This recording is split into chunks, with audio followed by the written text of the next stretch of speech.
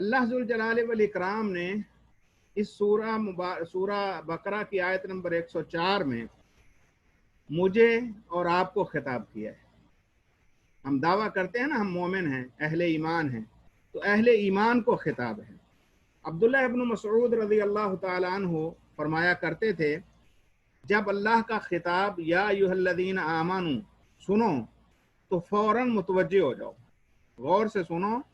اب یا تو کسی خیر کا حکم دیا جا رہا ہے یا کسی شر سے روکا جا رہا ہے، اسی لیے تمہیں اللہ تعالیٰ نے خاص طور پر تنبیہ کرتے ہوئے فرمایا اے اہل ایمان۔ اللہ ذوالجلال والاکرام فرماتے ہیں اے اہل ایمان لا تقولوا راعنا، راعنا نہ کہا کرو، راعنا نہ کہا کرو۔ اس میں لفظ راعنا سے اہل ایمان کو روکا گیا ہے، منع کیا گیا ہے، اور اس کے مقابلے میں انظرنا کی طرف رہنمائی کی گئی ہے۔ تو اللہ ذوالجلال والاکرام نے یہ کیوں کہا کہ راعنا نہ کہو اور اس کے مقابلے میں انظرنا کہو، جبکہ دونوں کے معنی تقریباً ایک ہی ہیں؟ اصل وجہ یہ ہے کہ یہود کی عبرانی زبان میں راعنا کا لفظ استہزاء، مذاق اور ٹھٹھے کے لیے استعمال ہوتا تھا، اور وہ آپ صلی اللہ علیہ وسلم سے مذاقاً یہ کہتے تھے۔ عربی زبان میں اللہ ذوالجلال والاکرام نے اس کا متبادل لفظ جس کے وہی تقریباً معنی ہیں کہا کہ یہ کہو، راعنا نہ کہو۔ چونکہ رسول اللہ صلی اللہ علیہ وسلم سے مذاق یا استہزاء کفر ہے، اس لیے اللہ نے اہل ایمان کو ایسا لفظ استعمال کرنے سے منع کر دیا۔ اور جب تم رسول اللہ صلی اللہ علیہ وسلم سے حکمت کی باتیں سیکھو، یعنی صحابہ کو کہا جا رہا ہے جب تم رسول اللہ صلی اللہ علیہ وسلم سے باتیں سیکھو تو عربی زبان میں جو لفظ انظرنا ہے جس کا مطلب ہے مہلت دینا، وہ استعمال کیا کرو۔ یعنی آپ اللہ کے رسول صلی اللہ علیہ وسلم سے یہ ضرور کہہ سکتے ہیں کہ آپ بات جو ہے وہ تھوڑا آہستہ کریں اور جلدی نہ کریں، ہمیں بات کو سمجھنے دیں، حفظ کرنے دیں۔ تو یہ انظرنا کے اندر یہ سارے معنی پائے جاتے ہیں، اور اگرچہ اس کا معنی بھی وہی ہے۔ تو اس خطاب میں اللہ ذوالجلال والاکرام نے حکم یہ دیا کہ جب علم، ادب اور حکمت کی باتیں ہو رہی ہوں تو پوری توجہ سے اسے سننا چاہیے اور پھر ان کو یاد کرنے کی کوشش کی جائے۔ یعنی یہ باتیں سننا جو ہے وہ صرف کانوں کی سماعت کے لیے کافی نہیں ہے، یا ان کو صرف جو ہے وہ کسی خاص سماعت کی چسکے کے لیے جو ہے وہ نہ لیا جائے، بلکہ اس کا اصل مقصود وہ اپنے آپ کو عملی میدان میں ڈھالنے کے لیے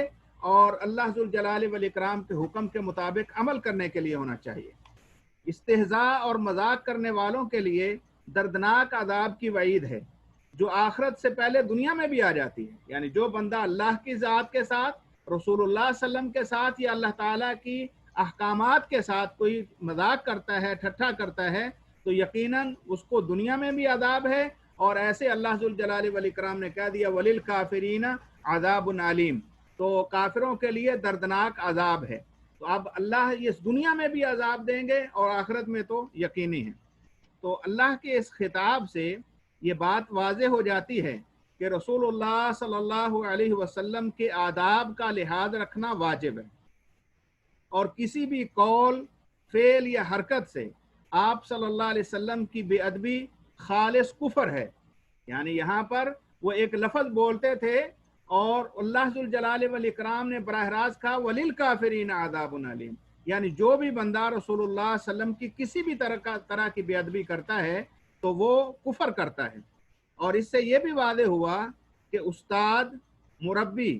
معلم جو بھی کسی کو خیر کی تعلیم دے اس کا مذاق بھی نہیں اڑانا چاہیے، کیونکہ نبی مکرم صلی اللہ علیہ وسلم امت کے لیے بحیثیت استاد بھی ہیں، بحیثیت والد بھی ہیں، اور جب ان کے لیے یہ ایسا کرنا جائز نہیں ہے تو اس کے قائم مقام جو بھی آئے تو اس کا بھی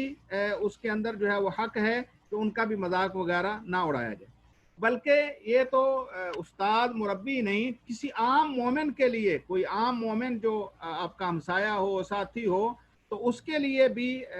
اس کو حقیر جاننا یا استہزاء کرنا یہ درست نہیں ہے، بلکہ یہ فسق و فجور کا کام ہے، کیونکہ اللہ ذوالجلال والاکرام نے فرمایا ہے لا یسخر قوم من قوم، کوئی قوم کسی قوم کو مذاق نہ کرے، اس کا نام مذاق نہ اڑائے۔ عسیٰ ان یکونوا خیرا منہم، عین ممکن ہے کہ وہ جن کا مذاق اڑایا جا رہا ہے وہ بہتر ہوں۔ یہ آیت ہم نے پڑھی تھی، آپ لوگوں کو شاید یاد ہوگا۔ تو بہرحال اللہ ذوالجلال والاکرام نے ہماری تربیت کرتے ہوئے، ہم سے خطاب کرتے ہوئے یہ کہا کہ آپ لوگوں کے لیے لازم ہے کہ ادب مصطفیٰ صلی اللہ علیہ وسلم کو اپنے ایمان کا حصہ جانیے۔ اللہ ذوالجلال والاکرام کے اس فرمان کا خلاصہ آپ یوں سمجھیے کہ رسول اللہ صلی اللہ علیہ وسلم کی کسی بھی طرح کی بے ادبی کفر ہے اور اس سے بچنا مومن کے لیے لازم ہے۔ جب کتاب اللہ یا فرمان مصطفیٰ صلی اللہ علیہ وسلم پڑھا جائے تو احترام کے ساتھ پوری توجہ سے سنا جائے، اس کے اجلال، احترام اور محبت کی وجہ سے اپنی آوازوں کو اس کے سامنے قطعاً بلند نہ کیا جائے، بلکہ اس وقت کسی بھی قسم کی کوئی بھی حرکت جو بےہودگی میں آتی ہو وہ یقینی طور پر انسان کے اعمال کو برباد کر دے گی۔ اہل ایمان کہہ کر پکارنے سے اللہ ذوالجلال والاکرام نے یہ وعدے کر دیا کہ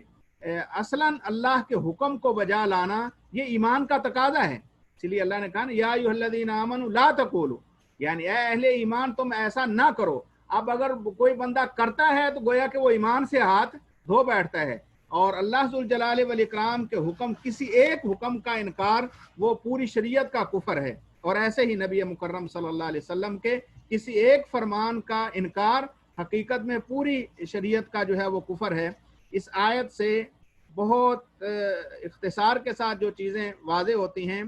ہمیشہ الفاظ کے چناؤ میں انسان کو احتیاط سے کام لینا چاہیے۔ یعنی رسول اللہ صلی اللہ علیہ وسلم کے بارے میں لفظ ایک بولا گیا اور لوگ اس کے اندر چونکہ دونوں معنی تھے، یعنی اگر تو وہ را یرا سے لیا جائے رائنا تو اس کا مراد ہوتا ہے رعایت کرنا، اور اگر وہی رانا سے لیا جائے تو اس کا مطلب جو ہے وہ رعونت سے ہے، یعنی وہ جو ہے وہ گالی والی ایک قسم بن جاتی ہے۔ تو اب اللہ ذوالجلال والاکرام نے ذو معنی لفظ استعمال کرنے سے روک دیا ہے، خالص ایسا لفظ کا چناؤ کیا ہے جس کے اندر کسی قسم کا کوئی شک نہیں ہے۔ لہذا عام حالات میں بھی بات کرتے ہوئے انسان کو ہمیشہ الفاظ کے چناؤ میں احتیاط سے کام لینا چاہیے اور ذو معنی الفاظ سے اجتناب کرنا چاہیے۔ اور یہ بھی یاد رکھیے، اسی آیت سے یہ بھی مترشح ہوتا ہے کہ اچھے اخلاق کا تعلق انسان کے ایمان سے ہے۔ جو شخص اخلاقاً اچھا ہوگا اس کا ایمان بھی یقیناً درست ہوگا، کیونکہ اخلاق ہی اصل ایمان ہے۔ اور اسی طرح یہ بھی چیز اس آیت سے واضح ہوئی، اگر کسی چیز سے روکا جائے تو اس کے بدلے میں مباح چیز کی طرف رہنمائی بھی ضرور کرنی چاہیے، جیسے اللہ نے کی ہے۔ یعنی اگر ہم بحیثیت مربی، بحیثیت والد، بحیثیت استاذ کسی کو کسی بات سے روک کے منع کریں تو اس کے متبادل اس کے خیر کی طرف جو ہے وہ رہنمائی بھی کریں، کہیں وہ متحیر اور حیران نہ ہو جائے کہ روک کیوں دیا ہے وجہ۔ تو انسانی فطرت یہ ہے یا تقاضا اس کا یہ ہے کہ پھر جس چیز سے روکا گیا جا رہا ہے یا جس چیز سے منع کیا جا رہا ہے تو اس کے بارے میں اور دلچسپی زیادہ بڑھتی ہے، اور اگر حقیقت واضح کر دی جائے کہ اس کے یہ نقصان ہیں اور اس کے مقابلے میں یہ کرنے کے فوائد ہیں تو انسان جو ہے وہ مطمئن ہو جاتا ہے۔ اور اسی طرح اس آیت سے یہ بھی سبق نکلا کہ اللہ کا حکم سنتے ہی انسان کو سر تسلیم خم کر دینا چاہیے، کیونکہ اللہ کے سامنے کسی بھی قسم کا جو ہے وہ حکم عدولی وہ انسان کی سارے اعمال کی بربادی کا جو ہے وہ سبب ہے، اور اللہ ذوالجلال والاکرام کی ناراضگی کا بھی سبب ہے۔ اور اسی طرح ایک یہ بھی فائدہ اس آیت سے ہمیں ملا، اللہ کے حکموں کی مخالفت یہ کافروں کے اعمال میں سے ہے، لہٰذا کسی بھی قسم کی مخالفت سے نہ صرف بچا جائے، یہی وجہ ہے کہ کافروں کے جتنے اعمال مخصوص ان کے ساتھ ہیں ان سے رسول اللہ صلی اللہ علیہ وسلم نے منع فرمایا اور کہا من تشبہ بقوم فہو منہم، جو بندہ جن لوگوں کی طرح کے اعمال کرتا ہے اس کا شمار انہی میں سے ہوتا ہے۔ لہٰذا ایسے اعمال سے جو ہے وہ دور رہا جائے جو مومنوں کے نہیں بلکہ منافقوں کے، کافروں کے یا فاسقوں کے ہوں، تو ان سے اجتناب یہ ہمارے لیے لازم ہے۔ اللہ سے دعا ہے اللہ ذوالجلال والاکرام ہمیں قرآن مجید کو سمجھنے کی توفیق نصیب فرمائے، اللہ ہمیں سچے ایمان والے بنا دے، اللہ ہمارے ایمان کو خالص کر دے، اللہ ہم سے نفاق کو دور فرما دے، اور اللہ جل جلالہ اپنی رحمت کے ساتھ ہمیں معاف فرما دے۔ وآخر دعوانا ان الحمد للہ رب العالمین۔